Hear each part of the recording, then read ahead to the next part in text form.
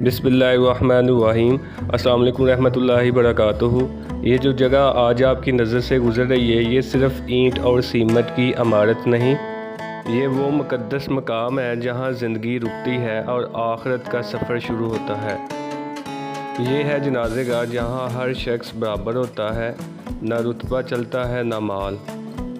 ये दीवारें उन आँखों की गवाह हैं जिन्होंने आंसुओं में अपने अजीज़ों को रुखसत किया, और ये ज़मीन उन कदमों से वाकिफ़ है जिन्होंने अपने वालिदैन, दोस्त, भाइयों और औलाद को यहाँ तक छोड़ा।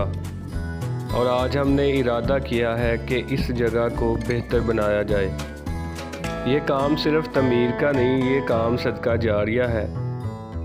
ये वो अमल है जो बाकी रह जाता है जब सब कुछ चला जाता है। आए इस नेकी के सफ़र में हमारे साथी बने, और जब बात नेकी की हो तो रब कुछ ख़ास लोगों को ज़रिया बना देता है।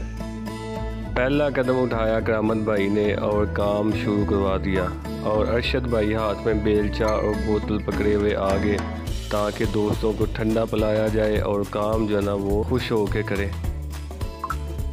खालिद भाई जो इस उम्र में भी भाग भाग के काम कर रहे हैं।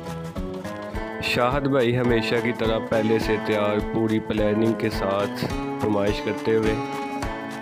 आज़म भाई जिन्होंने सबको जगाया और साथ खुशखबरियाँ लगाते हुए ताकि दोस्त जो ना वो इंटरटेन भी करें साथ साथ और काम भी करें।